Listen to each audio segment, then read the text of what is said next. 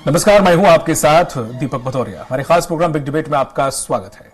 मध्य प्रदेश कांग्रेस ने विधानसभा चुनाव के लिए घोषणा पत्र जारी कर दिया है। पार्टी ने अपने घोषणा पत्र को वचन पत्र का नाम दिया और इसमें प्रमुख तौर पर 101 गारंटियों का जिक्र भी किया है। मध्य प्रदेश कांग्रेस ने धान 2600, गेहूं 2599 रुपए में खरीदने का वादा किया है। इसके अलावा पार्टी ने कहा है कि वो उस सत्ता में आएगी तो गोबर भी खरीदेगी। रोजगार के मोर्चे पर पार्टी ने वादा किया है कि 2 लाख नई भर्तियां होंगी।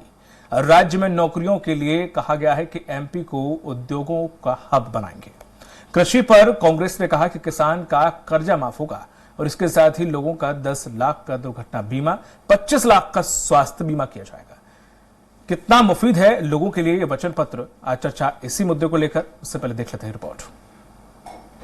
मध्य प्रदेश में अगले महीने होने वाले चुनाव से पहले कांग्रेस ने सबसे पहली बाजी मारते हुए अपना वचन पत्र जारी कर दिया। इस वचन पत्र में 225 मुख्य बिंदु शामिल किए गए हैं और कुल 1290 वचन होंगे।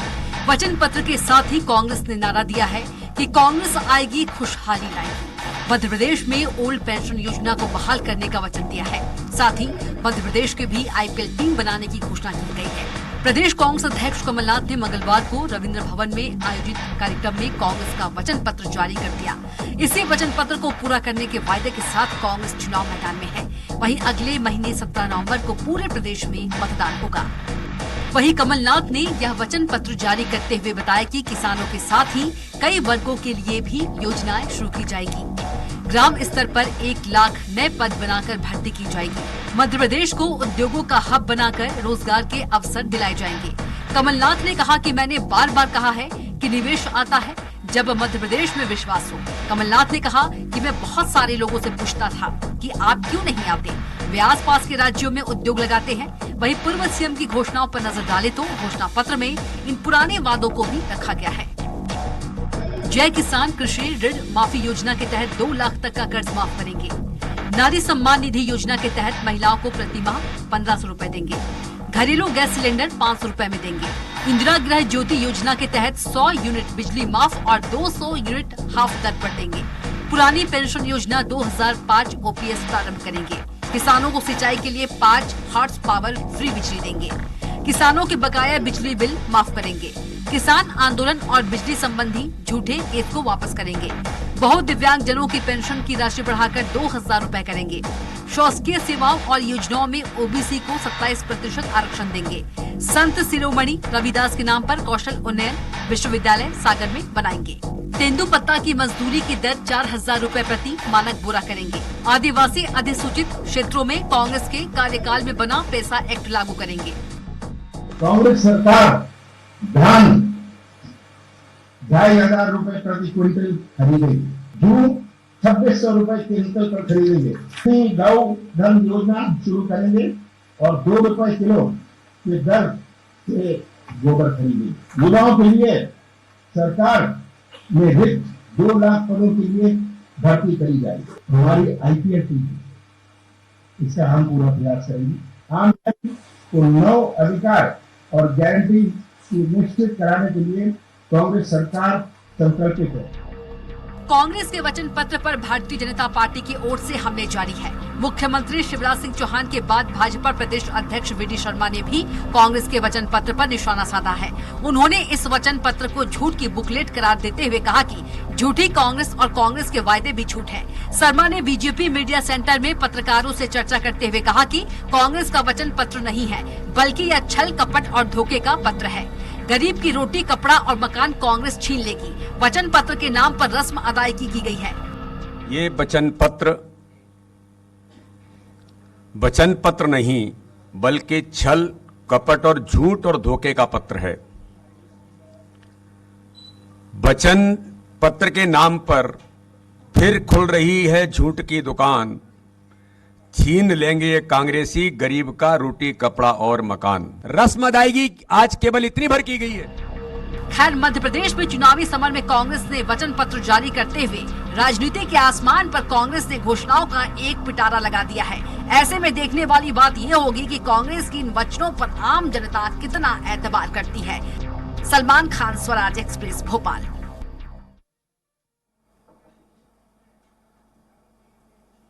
और इसी मुद्दे पर खास चर्चा के लिए मेहमान हमारे साथ जुड़े हुए हैं। डॉक्टर प्रेम व्यास जी हैं, बीजेपी प्रवक्ता हैं, सर आपका बहुत बहुत स्वागत है। आनंद तारड़ जी हैं, कांग्रेस प्रवक्ता। आनंद जी आपका भी बहुत बहुत स्वागत है। रमाकांत पटेल हैं जो कि आपके प्रवक्ता हैं। रमाकांत जी आपका भी स्वागत है। और भूपेंद्र जी हमारे साथ जुड़े हुए हैं जो कि वरिष्ठ पत्रकार। भूपेंद्र जी आपका भी बहुत बहुत स्वागत है। तो जिस तरह से आनंद जी देखा जाए, पहले तकरीबन 973 के तकरीबन वचन थे, इस बार 1290 है। तो बीजेपी के हिसाब से अगर इसे देखा जाए तो झूठ फरेब का ये पत्र था जिसमें वचन अब ज्यादा बढ़ा दिए गए हैं, तो झूठ फरेब बढ़ गया है क्या बीजेपी के अनुसार? हेलो जी आनंद जी, हाँ क्या बोला आप? बीजेपी कह रही है झूठ का पुलिंदा, झूठ फरेब का पत्र है। पहले आपके थे वचन कुछ 973 और अब है तकरीबन 1290। तो क्या ये झूठ और फरेब बढ़ गया है बीजेपी के अनुसार? बीजेपी को अपनी चिंता करनी चाहिए कि पिछले 18 सालों में किस तरह से मध्य प्रदेश की जनता को उन्होंने लूटा है, ठगा है। ठीक है, प्रेम व्यास जी मैं आपके पास आऊंगा। जिस तरह से अगर देखा जाए कांग्रेस का एक घोषणा पत्र, 101 गारंटी हैं, 255 के करीब बिंदु हैं और वचन भी पहले से ज्यादा बढ़ा दिए गए हैं और 10 खास वचन हैं, उसमें 10 मेन पॉइंट्स भी हैं जो अलग से दिए गए हैं। स्पेशली देखा जाए बड़ा सधा हुआ है, चाहे मध्यम वर्ग हो, चाहे उच्च वर्ग हो, चाहे वो किसान हो, चाहे महिला वर्ग हो, चाहे स्टूडेंट हो, चाहे वो बेरोजगार हो, जाति जनजाति, मतलब हर किसी का ख्याल रखा। आपका नहीं लग रहा ये बहुत सधा हुआ मैनिफेस्टो है? देखिए, निश्चित रूप से जो अलग अलग प्रदेशों में जो योजनाएं सफल होती है, कांग्रेस उसको अपने मैनिफेस्टो में लिया थी, चाहे वो उसको पूरा कर पाए या ना कर पाए। जैसे पिछली बार अगर देखेंगे तो 900 के करीब उन्होंने वादे करे थे, 973 उसमें से 9 वादे भी पूरे नहीं हुए थे। मुख्यमंत्री कन्यादान योजना बंद, मुख्यमंत्री तीरदर्शन बंद, युवा सम्मान निधि जो बेरोजगारों को 4000 रुपए भत्ता देने की बात कही थी वो पूर्ण रूप से बंद हो गया था। ऐसे एक भी वादे उनके धरातल पर तो आए नहीं थे। उल्टा जैसे ये घमंडिया और ये मिलके कर रहे हैं, ये एक मैनिफेस्टो प्रिपेयर कर रहे हैं सिर्फ और सिर्फ जनता को ठगने के लिए, वोट की खातिर। जैसे पिछली बार इन्होंने कहा था 10 दिन में अगर किसान कर्ज माफी नहीं हुआ तो हम मुख्यमंत्री बदल देंगे, और उसके बाद 1.5 वर्षों तक उस पर सिर्फ क्रियान्वयन के लिए योजनाएं ही चलती रही। और उसमें उन्होंने अलग अलग डिपार्टमेंट डाल दिए कि कालांतरित लोन के लिए हम अलग व्यवस्था करेंगे, तात्कालिक लोन के लिए अलग करेंगे, राष्ट्रीय बैंक। आप पहले आपने घोषणा पत्र में क्या ये चीजें डाली थी? और जैसा इन्होंने अभी इनका जो घोषणा पत्र या जो भी वचन पत्र ये अभी कह रहे हैं, जो पूर्ण रूप से झूठ और मिथ्या प्रसारित होगा कुछ समय बाद में, उसको ये अभी से उसके लिए पुरजोर तरीके से लग गए। लेकिन कैसे पूरा करेंगे, इसके लिए सशक्तिकरण के लिए कोई योजना नहीं। आप बताइए, किसान के लिए इन्होंने उस समय कहा था 155 रुपए बोनस देंगे, आज ये कह रहे हैं कि हम 2600 रुपए में खरीदी करेंगे। 155 रुपए बोनस तो आपसे देते नहीं बना। जब बाईपास पे किसानों ने चक्का जाम करा 155 रुपए के बोनस के लिए, तो आपने उनको जेल में ठूस दिया। अधूरी कर्ज माफी जो करी थी 11 लाख किसान उसके लिए डिफॉल्टर हो गए थे। 49,000 करोड़ रुपए का कृषि ऋण मुक्त ब्याज जब हमारी सरकार आई थी तब दिया था, और उसी का प्रतिशत था कि 42% के साथ गेहूं और तिलहन में मध्य प्रदेश निर्यात की परिस्थिति में गया था। महिलाओं के लिए जो वादे कर रहे हैं, और पूर्व में मैं तो फिर से कहता हूं कि इन्होंने कौन से वादे महिलाओं के लिए भी पूरे करे, और फंड का बहाना बना के महिलाओं के वादे भी अधूरे करे थे। 20,000 करोड़ से ज्यादा का ऋण ले लिया था, उसका कोई हिसाब नहीं दिया गया। 13,000 करोड़ रुपए का इन्होंने बताया कि हमने कर्ज माफी में लगा दिए। 15 माह का कार्यकाल तो श्रीमान बहुत होता है कर्ज माफी की। अगर आप अपनी योजनाओं को पूरा करना चाहते हैं तो सिर्फ पर प्रेम व्यास जी, आपको ऐसा नहीं लगता है कि कोई भी सरकार जब बनती है तो कम से कम 1-2 महीने तो विभाग बंटने में निकल जाते हैं? बीच में कोरोना भी आ गया था, कुछ आचार संहिता का भी कुछ ऐसा कुछ हुआ था, तमाम ऐसी चीजें आई। तो आपको नहीं लगता कि 15 महीने का वक्त बहुत हो गया क्या कोई भी चीज का अमली जमा पहनाने के लिए? पहले आप देखते हैं कि आपके पास कोष में कितना पैसा है, कहां कितना क्रियान्वयन ब्लूप्रिंट बनता है, उसके बाद चीजें धरातल पर उतरती। तब तक तो आपने इतना बखेड़ा खड़ा कर दिया था कि वो उसी में उलझ के रह गए थे। आपको नहीं लगता ये वक्त बहुत कम था उनके लिए, उन्हें जज करना ठीक है? नहीं, 15 महीने का समय तो पर्याप्त होता है श्रीमान। अगर उन्होंने ये घोषणा करी कि हम 10 दिन में, तो फिर वचन का क्या मतलब हुआ? आप फिर झूठा वचन करते हैं। निश्चित रूप से आपने फिर झूठे वचन दिए थे जनता को। और बाकी योजनाओं का क्या? इस योजना पे थोड़ा बहुत कार्य इन्होंने कहा था, और 50 रुपए, 60 रुपए और 100 रुपए तक माफ हुए थे, और 11 लाख किसान डिफॉल्टर हुए थे उस समय पर। उसका क्या? और उसके बाद में जो महिलाओं के लिए वादे करे थे, जो लाडली लक्ष्मी, लाडली बहना, हमारे पास तो पैसा ही नहीं है, हम कहां से देंगे? हम तो 30%, 33%, 50% अलग अलग विभागों में पहले से आरक्षण दे रहे हैं। पशुपालकों की ये जो बात कर रहे हैं आज, उसका एक झूठ प्रसारित कर रहे हैं। हम तो 5 लाख क्रेडिट कार्ड मत्स्य पालक और पशुपालकों के लिए बना चुके हैं और उसका वे लाभ ले रहे हैं। ठीक है। सरकारी नौकरियां हम दे ठीक है चुके प्रेम जी, हैं। मैं आपके पास लौटूंगा, समय चूंकि सबके लिए निर्धारित है, ज्यादा वक्त नहीं है, इसलिए जिस तरह कांग्रेस प्रवक्ता, मैं आपके सर आनंद जी आपके पास आऊंगा क्योंकि आपको वक्त नहीं मिल पाया था उस समय। जिस तरह से झूठ का पुलिंदा करार दे दिया गया है, हालांकि जो विषय विशेषज्ञ हैं वो ये कह रहे हैं कि काफी सदा हुआ मैनिफेस्टो है और मैनिफेस्टो किसी ब्रह्मास्त्र से कम नहीं होता किसी पार्टी के लिए। तो बीजेपी हालांकि इसे झूठ का पुलिंदा बता रही है और बोल रहा है कि उन्होंने 9 वादे भी पहले पूरे नहीं किए थे 15 महीने के अंदर। भारतीय जनता पार्टी की मध्य प्रदेश से चला चली की बेला है। न केवल मध्य प्रदेश है, अपितु तीनों राज्य, राजस्थान, छत्तीसगढ़ और आने वाले इसके बाद 2 राज्यों, इन सब से 5 राज्यों से चला चली की बेला भ्रष्टेट हो गए।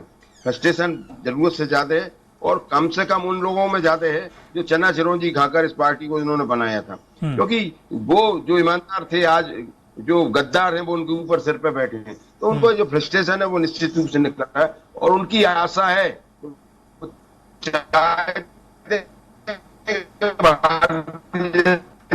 पार्टी लगा रही है। पहले अपनी गिरबान देखे कि उनने जो घोषणाएं की थी और खास तौर से आज नरेंद्र मोदी और अमित शाह का चेहरा लेके आ रहे हैं मध्य प्रदेश में। हम तो उनसे ये पूछना चाहते हैं कहाँ है वो 2 करोड़ नौजवानों को प्रतिवर्ष नौकरी, कहाँ है काला धन, कहाँ है 15 लाख रुपए, कहाँ है डीजल पेट्रोल के रेट कम, कहाँ है गैस सिलेंडर के रेट कम करने की बात करते थे। शर्म से माथा हमारा झुक रहा है। कहाँ है वो नोट का अवमूल्यन हुआ था, आज तो 85 के आसपास हो गया। तो ये जो बात है, और वो कहाँ है, कौन सा चौराया है, आज तक नहीं आए। नोटबंदी के बाद चौराहे पे तो नहीं आए लेकिन 2000 करोड़ जरूर बंद हो गए। ये भारतीय जनता पार्टी का चाल चेहरा पूरी देश ने देखा और मध्य प्रदेश की जनता के पीठ पर खंजर भोंका इन्होंने भारतीय जनता पार्टी ने। निश्चित रूप से आज मध्य प्रदेश की जनता दिले थे भारतीय जनता पार्टी से हाथ 2 हाथ करने के लिए, उनसे बदला लेने के लिए, क्योंकि जो जनादेश कांग्रेस को दिया था, कमलनाथ जी को दिया था कि कमलनाथ जी एक अच्छा काम करेंगे। कमलनाथ जी का लंबा 40-45 साल का राजनीतिक प्रशासनिक अनुभव है। निश्चित रूप से कमलनाथ जी मध्य प्रदेश में एक नई विकास की धारा का सूत्रपात करेंगे। लेकिन जिस तरह से ग्रहण लगा दिया भारतीय जनता पार्टी ने, निश्चित रूप से आज भारतीय जनता पार्टी की मध्य प्रदेश से विदाई की वेला है। पर आनंद जी, सवाल ये खड़ा होता है कि ठीक है, मैनिफेस्टो में आपने बहुत अच्छा मैनिफेस्टो बनाया है। जी बोलिए जी। नहीं आप बात रखिए कि जिस तरह से भारतीय जनता पार्टी ने जिस तरह से जन आशीर्वाद यात्रा निकाली और जन आशीर्वाद यात्रा में किस तरह से विरोध हुआ, इनके नेताओं ने, कार्यकर्ताओं ने, मंत्रियों का, विधायकों का विरोध किया। आपने ये भी देखा होगा कि भीड़ जुटाने के लिए उन्हें नाच गाने कराने पड़े। तो आप देख लीजिए चाल चरित्र चेहरे वाली पार्टी का ये हालात है।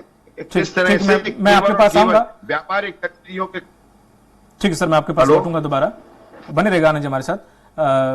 रमाकांत जी, जिस तरह से देखा जाए जो गारंटी वारंटी शब्द आप बड़ा इस्तेमाल करते हैं अरविंद केजरीवाल जी, इन्होंने चुरा लिए हैं या इन्होंने रख लिए हैं, अब इन्होंने इस्तेमाल कर लिए हैं, कुछ भी कह सकते हैं। अब आपके पास कुछ बचा नहीं है, अब आप किस तरह से, क्योंकि जितने भी अगर बिजली पानी लगभग सब उन्होंने समेट लिया अपनी मैनिफेस्टो में, आपके पास कुछ अब बचा है कि आप वही वाली रिपीट करोगे? देखिए दीपक जी, कहने में और करने में जमीन आसमान का अंतर है। इनको करना क्या है, कह देना है, मुंह खोला लिख दिया, इनके पास यही काम है। अच्छा। आम आदमी पार्टी का एक एक शब्द अक्षर सा गीता और रामायण की तरह होता है। जो हम कहते हैं, जो गारंटी देते हैं, ये गीता रामायण मतलब ये बीच बिल्कुल मैं बोल रहा हूं जी।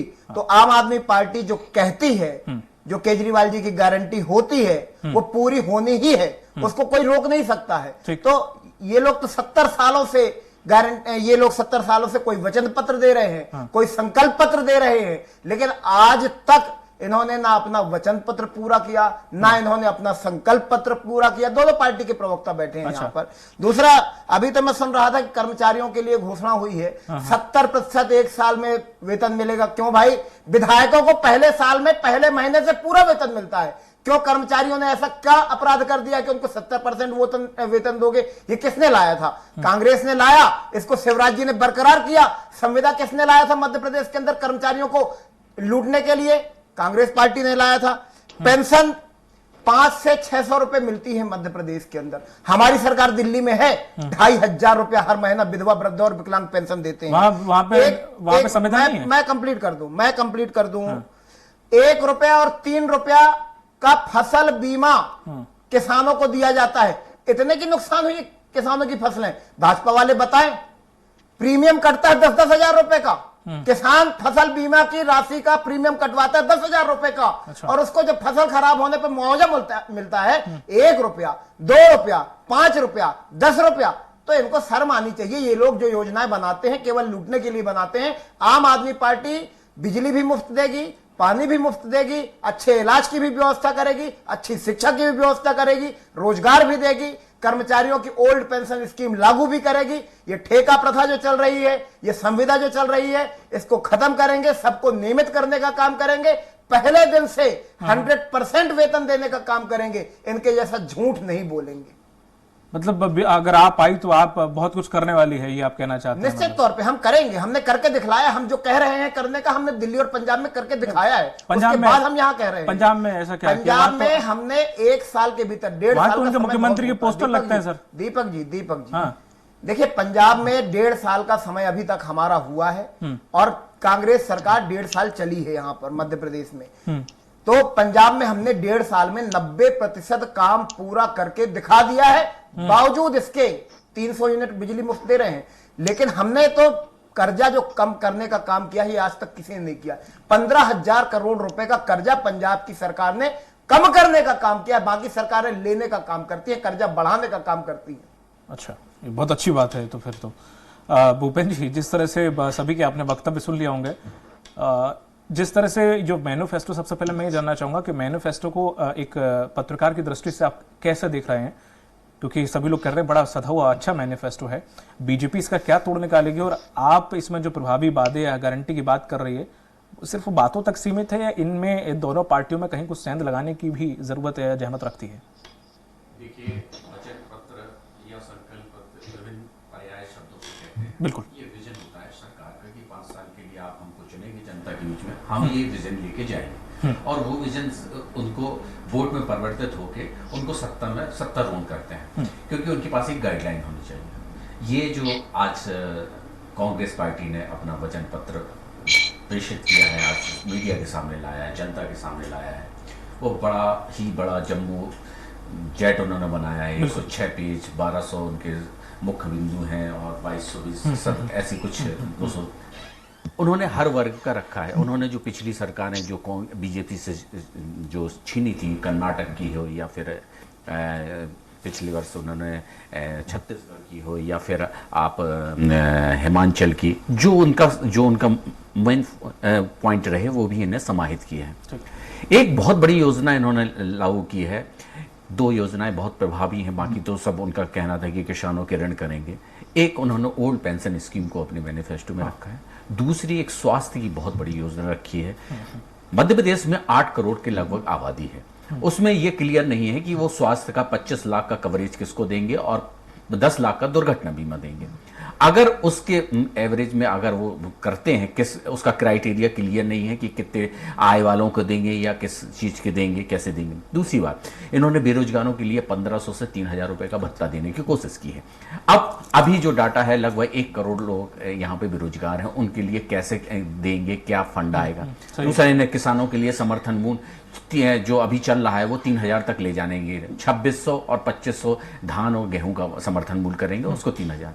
अगर इन योजनाओं को, और उन्होंने जो लाडली लक्ष्मी योजनाओं की जो बात की है, जो लगभग 1.25 करोड़ महिलाएं हैं, उनका ही अगर बजट देखा जाए तो 50,000 करोड़ रुपए की इनको चाहिए राशि। और ये राशि आएगी कहां से? बात ये नहीं है कि सरकार ये क्या है, ये बड़े लंबे वनवास में रहे और ये चाहते हैं कि हम सरकार, क्योंकि ये जो 5 राज्यों का चुनाव है, ये एक सेमीफाइनल है। इससे लोकसभा का बहुत ही दिशा और दशा तय होगी, और इससे इनके कार्यकर्ताओं में एक ऊर्जा आएगी। और सत्ता एक ऐसी चीज कुंजी होती है जो ताले की एक चाबी है सत्ता की, जिससे क्या होता है, आदमी संचारित होने लगता है, बिल्कुल चलने लगता है। तो ये जो अभी जो 15 महीने की जो 2018 में जो चुनाव में सरकार आई थी, उससे उनकी में जीवितता आई है। लेकिन बहुत सी चीजें अभी इस मैनिफेस्टो में अभी क्लियर नहीं है कि ये फंडिंग कहां से आएगी। दूसरी बात, इतना जब 3,75,000 का अभी जो कर्जा है मध्य प्रदेश सरकार के ऊपर, और फिर इनके रिसोर्सेस कैसे बढ़ेंगे, टैक्सेस कहां से लाएंगे। वो तो ठीक है, उनका उत्तर देना है कि कमलनाथ जी बड़े सीनियर मिनिस्टर हैं, विभिन्न दायित्वों में रहे, ठीक है, वही कर। लेकिन ये सब चीजों जामा पहनाने में एक बहुत बड़ी कठिनाई जाती है। ये सरल बात बात नहीं है। और दूसरी बात, इन्होंने सत्ता की वापसी के लिए निश्चित रूप से एक लोलुहाना दिया है, सभी वर्गों को संतुष्ट किया है, इसमें कोई शक नहीं है कि अब आने वाली जो पार्टी है, जो सत्ता में पार्टी है बीजेपी, वो कैसा अपना वचन पत्र लेगी, अपना मैनिफेस्टो तैयार बीजेपी करेगी, उनके लिए चुनौती है कि इन्होंने तकरीबन आप बता रहे 12 पेज हैं, ये 1200 कुछ, हाँ 1200 के तकरीबन कुछ वचन है। और अब ऐसे में जिस तरह से देखा जाए, बीजेपी प्रवक्ता से मेरा सवाल है सर प्रेम जी, अब आप क्या बढ़ा चढ़ा के थोड़ा पेज बढ़ा देंगे, वचन भी बढ़ा देंगे, बिंदु भी बढ़ा देंगे, गारंटी भी बढ़ा देंगे, शायद ऐसा लग रहा मुझे। लेकिन ये उसमें आप लोग मैनिफेस्टो बनाते हो, उसमें ये सब क्यों नहीं लिखते कि ये इस समय तक पूरा हो जाएगा या इस समय तक पूरा हम करके दिखाएंगे? उसमें एक एक्सपायरी डेट क्यों नहीं होती है? साथ ही उसका विवरण पूरा कि हाँ ये बजट, अरविंद केजरीवाल तो ऐसे ही रखते हैं, हमने पंजाब का देखा कि वो ये बोल रहे हैं इसका ये फलाना है, इसमें इतना इन्वेस्ट है, इतना आता है, इतना खर्च करेंगे, बाकी वो हवाबाई हो ठीक है, पर वो बताते हैं कि भाई हमने यहां से लाया और यहां लगाएंगे। देखिए, निश्चित रूप से जो रमाकांत जी ने भी कहा और जो सारण जी ने भी कहा, मैं दोनों की बातों का जवाब देता हूँ। इन्होंने नौकरियां दी है ना, 400 से ज्यादा लोगों को, 50,000 से 1.5 लाख तक की 400 कार्यकर्ताओं को नौकरी दी है। उनकी पढ़ाई लिखाई, ग्रेजुएशन या किस बेसिस पे दी है, ये आज तक नहीं बता पाए। दूसरा, जब रोड विकास के लेकर इनसे बात की जाती है तो ये फंड का बहाना बनाते हैं, रोते हैं कि हमारे पास रोड डेवलपमेंट के लिए पैसा नहीं। तीसरी बात है, LMO को लेके जब बात होती है तब ये बहुत सारा ऑक्सीजन मंगा लेते और गाड़ियां शहर के बाहर खड़ी होती, बस पता नहीं रहता है कि कितनी ऑक्सीजन कहाँ यूज करना है। और जो पानी को लेके, जैसे अभी 8 लाख क्यूसेक पानी छोड़ते थे तब भी बाढ़ नहीं आती थी, लेकिन 3 लाख क्यूसेक पानी छोड़ने पर बाढ़ आ गई। और जो शराब नीति में बदलाव करते हैं और उसके कारण जो राजस्व बढ़ना चाहिए उसके बजाय राजस्व घट जाता है। और पंजाब की अगर बात करेंगे तो पंजाब में तो अभी जितना कर्ज लिया है उसका हिसाब ही नहीं दे पा रहे। विधानसभा में बार बार प्रश्न करा जा रहा है, अब तो ये तक कहा जा रहा है कि अगर अब आपने कर्ज का हिसाब नहीं दिया तो आपकी सरकार बर्खास्त कर दी जाएगी। बढ़ोतरी हुई है, कांग्रेस में बढ़ोतरी ये हुई है मेरे बताइए भाई, कि आपको कर्ज पता नहीं में है, पंजाब प्रथम पोजीशन पर है, उसके बाद बातें मत बोलिए, दूसरे तीसरे पोजीशन में पर है। बदलाव करने के बाद अरे रमाकांत जी, आपके मध्य प्रदेश के अंदर जरूर, मध्य प्रदेश के अंदर जरूर सारा पैसा भारतीय जनता पार्टी के नेताओं की जेब में जा रहा है, मानेगा सारा पैसा भाजपा के नेताओं की जेब में जा रहा है, इलेक्ट्रिसिटी वाला सारा पैसा भाजपा के नेताओं की जेब में जा रहा है। उसी कांग्रेस के बताइए, आप महाकालों को घोटाला करके पैसा नेताओं की जेब में जा रहे हैं, भाजपा के आपकी बारी आती है। एकदम झूठ बोलना ठीक नहीं है ना, एकदम झूठ बोलना ठीक नहीं है। आनंद कारण जी, ऊपर वाले से डरो, इतना झूठ मत बोलो, ऊपर वाले को क्या जवाब दोगे? व्यास जी, ऊपर भगवान भी देख रहा है, क्या जवाब दोगे? इतना झूठ बोल रहे हो। ठीक ठीक, राघव, अरे झूठ बोलना बंद करिए, जी सवेरे से झूठ की गोली खाते आते हैं, कितने बार झूठ ही बोलेंगे टीवी में बैठ के। ठीक है रमाकांत जी, प्रेम व्यास जी, बस ठीक है ठीक सर, अरे हम बता देंगे। रमाकांत जी, ऐसे डिबेट सार्थक नहीं होगी, प्लीज, समय निर्धारित है, क्यों आप दूसरे का समय ले रहे हैं? ये देखिए, इसी तरह से सर मैं आपके पास, सर आपका समय पूरा हो गया आपका, मैं आनंद जी के पास जा रहा हूँ। आनंद जी, जिस तरह से देखा जाए, बीजेपी प्रवक्ता ने भी ये बात कही और कुछ लोग ये बोलते भी हैं कि जब ठीक है आपने घोषणा में कई घोषणाएं कर दी हैं, बोलने या लिखने में क्या जा रहा है वो ठीक है, लेकिन अमली जामा पहनाने में, जैसे पिछली बार भी आपने हालांकि कम वचन लिखे थे, फिर भी आप हर बात पे ये कहते थे कि पैसा है नहीं, या इन्होंने कर्ज में पहले से ही डुबा के रखा हुआ है, पैसा कहाँ से आएगा, केंद्र सरकार ने हमारा दबा रखा है, केंद्र सरकार हमारा दे नहीं रही है, लगभग इस तरह के हर भाषण में सुनाई देते थे कुछ शब्द। तो क्या इस बार भी कुछ, अगर इतनी घोषणाएं कर दी है, कहां से क्या पैसा लाएंगे, कैसे लाएंगे? ये वरिष्ठ पत्रकार का भी सवाल है और जनता भी जानना चाहती है। एक बात बताइए आप, हमने अगर बोला था कि हम 1 रुपए यूनिट लाइट देंगे तो हमने 100 रुपए में 100 यूनिट लाइट दी। हमारे पत्रकार मित्रों ने भी बोला उस बात को कि हाँ 100 रुपए में 100 यूनिट लाइट हुई, जो हमारा 700 का बिल आता था 100 रुपए का आ रहा। तो ये तो प्रामाणिक बात है ना। हमने 55 लाख किसानों को कर्जे की माफ की थी, तो 27 लाख किसानों का कर्जा माफ हुआ। भाजपा की सरकार ने विधानसभा के पटल पर स्वीकार किया। ये रोड में कुछ भी बोलते रहे वो अलग बात है, लेकिन उनने, कमलनाथ जी ने किस तरह से करा? ये कमलनाथ जी का 40-45 साल का लंबा राजनीतिक प्रशासनिक अनुभव, निश्चित रूप से उनको सब चीजें आती है। निवेश कमलनाथ जी के कारण बहुत सारा निवेश आएगा मध्य प्रदेश में, आप देखते तो जाइए आगे आगे होता है क्या। निश्चित रूप से हमने जो घोषणाएं की, जो हमने वचन किए, उन वचनों को हम पूरा करेंगे और एक मध्य प्रदेश में एक नई विकास की देखिए, भारतीय जनता पार्टी ने 4 लाख करोड़ के कर्जे से मध्य प्रदेश को लाद दिया। आपने ये भी देखा हो कि वो विकास किसका हुआ, या तो भारतीय जनता पार्टी के नेताओं का हुआ या समय चूंकि कम है सर। भाई आम जनता जो धर्म के नाम पर ये सत्ता में आए, इन्होंने 870 करोड़ रुपए की जो मूर्तियां थी किस तरह से हवा में उड़ गई। तो ये जब भगवान को इन्होंने नहीं छोड़ा था जनता। अब चूंकि समय खत्म हो गया, मैं पत्रकार से लास्ट सवाल करना चाहूंगा। ठीक है भूपेंद्र जी, जिस तरह से अब बीजेपी को अपने मैनिफेस्टो में ऐसे क्या करना चाहिए या क्या करने वाले हैं, आपको ऐसा क्या लगता है, आपका अनुभव क्या कहता है कि जो कांग्रेस को कहीं ना कहीं मात दे, उनके मैनिफेस्टो से कहीं ना कहीं ऊपर दे, क्योंकि अब मैनिफेस्टो का खेल बचा है? देखिए, जो कांग्रेस का मैनिफेस्टो है वो पूर्णतः सत्ता की वापसी के लिए है, सबको न्योलाइज किया है। और एक बिंदु मैं आपको बताना चाहूंगा जो बहुत ही महत्वपूर्ण रखा है, कर्मचारियों को इन्होंने पूरा अपने, और पत्रकारों को भी उन्होंने बढ़ाई है राशि, और उनके लिए उन्होंने 2.5 लाख का महिला पत्रकारों को भी लिया है, मतलब कि जो वुमेन कैडर है। तो 2 चीजें होती हैं, एक देखिए चौथा स्तंभ मीडिया होता है, मीडिया भी सोर्सेस ऑफ इनकी योजनाओं के बारे में जनता के पास जाता है, तो वो भी मददगार में कन्वर्ट होता है। और जो इन्होंने आउटसोर्स के जो कर्मचारी हैं, आउटसोर्स के कर्मचारी जो संविदा हैं या किसी भी उससे रखे हुए हैं, उनके बारे में इन्होंने कहा है कि मैं पहली ही कैबिनेट में उनके बारे में एक संतोषजनक निर्णय लूंगा। आप क्या लेंगे ये अलग विषय है। तो ये कर्मचारियों को तो माहौल बना रहे हैं, ये बिल्कुल आप मान के चलिए। लेकिन अब चुनौती सिर्फ इनके ऊपर ये है कि अब जो बीजेपी बनाएगी या आप पार्टी जो भी मैनिफेस्टो बनाएगी, उनके बारे में अब आमली जामना पहनाने के लिए उन्होंने तो पहले क्रिटिसिज्म करना शुरू कर दिया कि इस तरह से होगा, लेकिन अब अमली जाना पहनाने के लिए इनके पास भी बहुत ही बड़ा। और दूसरी बात मैं एक कहूंगा, जो एक आम आदमी एक जो टैक्स के रूप में जो रेवेन्यू देता है, आप अपनी सत्ता के लिए कहीं ना कहीं ऐसे करते हैं। एक स्वावलंबन भारत की बात करनी चाहिए, मेरा ये मानना है। चलिए, बहुत बहुत शुक्रिया हमारे साथ जुड़ने के लिए। भूपेंद्र जी आपका भी, आपका भी, आनंद जी आपका भी इस डिबेट में शामिल होने के लिए। पार्टियों का मैनिफेस्टो एक ब्रह्मास्त्र की तरह होता है, कांग्रेस ने अपना ब्रह्मास्त्र चला दिया है। अब देखना होगा कि इस ब्रह्मास्त्र का काट बीजेपी किस अपने अस्त्र से पूरा करती है। मुझे दीजिए इजाजत, नमस्कार।